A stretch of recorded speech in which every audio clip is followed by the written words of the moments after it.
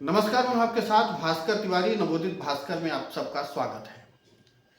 NEET paper leak जिस तरीके से हुआ, उसके बाद से लगातार इस मामले पर सुप्रीम कोर्ट की नज़र बनी हुई है। सीबीआई इस मामले पर जांच कर रही है। इसके बावजूद जो स्थिति अब निकल कर सामने आ रही है, उसके बाद से कई तरह के सवाल खड़े हो रहे हैं। और सवाल इसलिए खड़े हो रहे हैं कि पहली मर्तबा इस देश की सर्वोच्च अदालत ये कहती है कि जिस तरीके की ये पूरा पेपर लीक हुआ और जिस तरीके से पूरी कार्यप्रणाली रही, इसके नाते से बच्चों की अंतरात्मा को झकझोर दिया गया, यानी कि बच्चे जो है वो पूरी तरीके से टूट चुके हैं। तो इन लोगों को यूपीएससी से सीखने की जरूरत है। लेकिन सुप्रीम कोर्ट में आखिर हुआ क्या, सुनवाई में किन किन पक्षों को रखा गया, और क्या आगे चल करके एनटीए से लेकर के तमाम जो ये पेपर लीक करने वाले माफिया, इन पर गाज गिरेगी।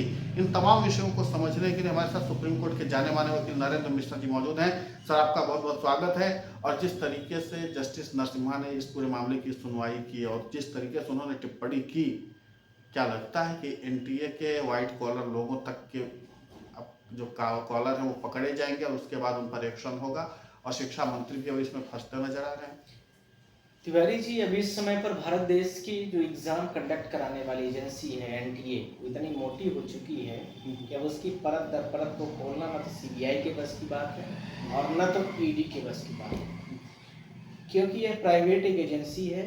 प्राइवेट का मतलब यहाँ ध्यान रखना है कि एनजीओ की तरह एक एजेंसी है जिसकी स्थापना 2017 से उसमें एग्जामिनेशन को कंडक्ट कराने के लिए इस्टेब्लिश की गई थी। ये इससे कोई जिम्मेदारी नहीं है कि सरकार की अकाउंटेंसी क्या है, उसकी कोई जिम्मेदारी नहीं है कि हमें क्या एग्जामिनेशन में क्या करना है क्या नहीं करना है। उसको सिर्फ पेपर देना दिलवाना है और पैसे कमाना है। इसके लिए एनटीए को इस्टेब्लिश किया गया। नाम बहुत खूबसूरत है, नेशनल टेस्टिंग एजेंसी।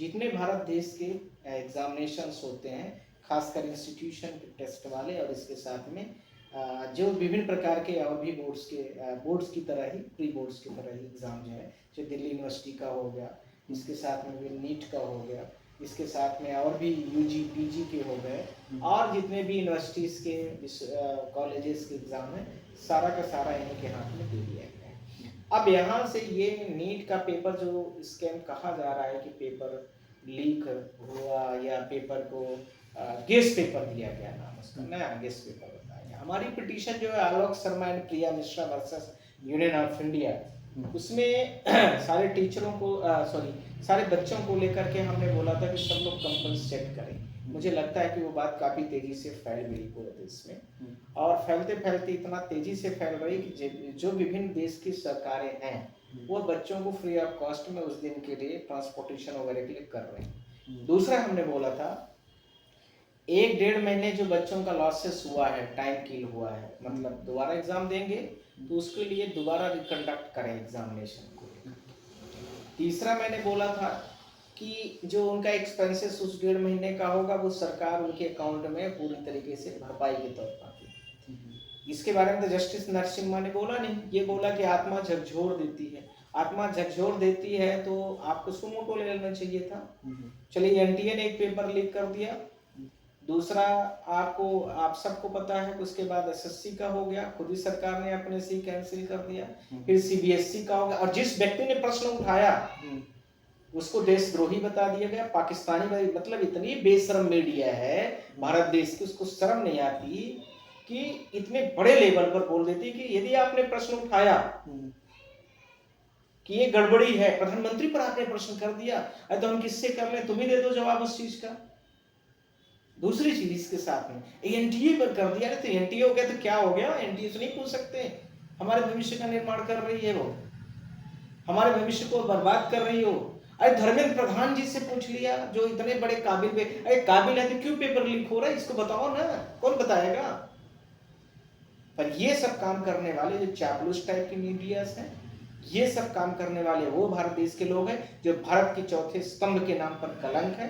ये सब भारत देश के वो लोग हैं जो ये एक सवाल आज तक भारत देश में न प्रधानमंत्री से पूछने की कैपेसिटी रखते हैं और न ही भारत देश के एचआरडी मिनिस्टर से रखने की कैपेसिटी है। इन सबको पूरे बच्चे भारत देश के बर्बाद हो रहे हैं। जहां आपने देखा होगा तिवारी जी, उदाहरण के स्वरूप पर मैं आपसे बोलना चाहता हूं, चाइना वगैरह का जो पेपर लीक आज तक नहीं सुन गया कि आप वहां पेपर लीक हो रहा है।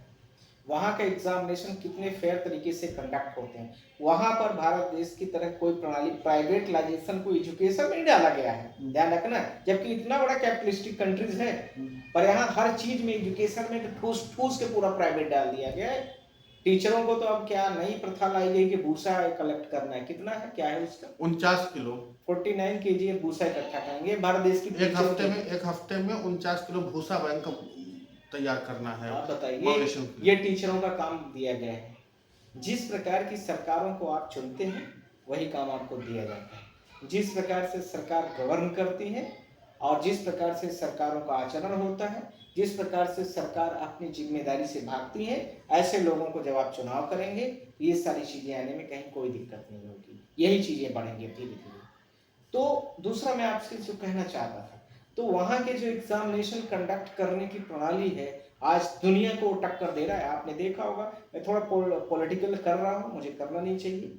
आप देखिए डोनाल्ड ट्रंप आया था, चाइना के प्रेसिडेंट ने किस तरीके से उसकी इज्जत को बताया कि उसकी क्या हिम्मत है, क्या उसकी कैपेसिटीज हैं।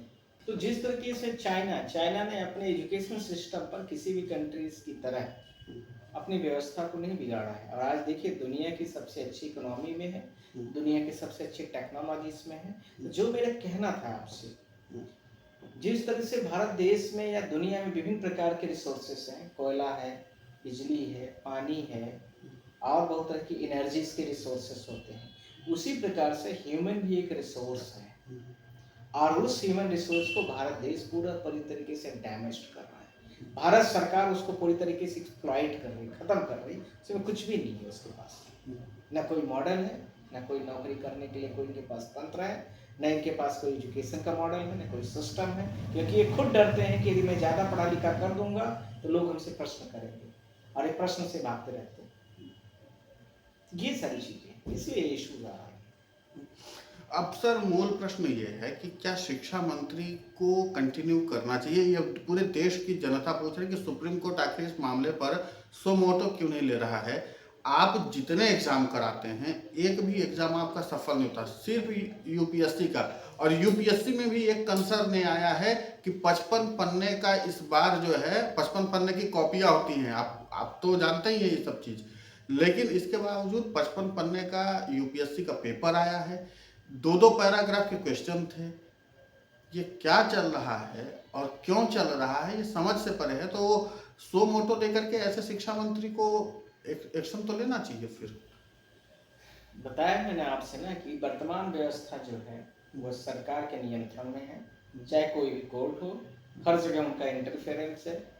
सरकार के खिलाफ में इन सब की हिम्मत नहीं है कि कोई भी जजमेंट दे दे, न तो इनके पास उस तरीके का करेज है, साहस है कि ये सरकार को ले आके एक मिनट में कटघरे में खड़ा कर दें, ऐसा कुछ भी नहीं इनके पास। वर्तमान जो चीज़ें चल रही हैं, ऐसा लगता है कि कुछ दिनों में स्क्रिप्ट लिख के आ जाया करेगी कि आपको जजमेंट इसमें ये देना, आपको इसमें ये देना। इस आर्टिकल आपने देखा होगा कि मद्रास हाई कोर्ट ने जो इस तरह से कमेंट किया है कि भारत देश में जितनी भी प्रणाली, न्याय प्रणाली है, यह नहीं सोचने की जरूरत है कि वहाँ पर करप्शन नहीं है। यह भी उन्होंने बोला, आप लोगों ने सुना होगा न्यूज़ में।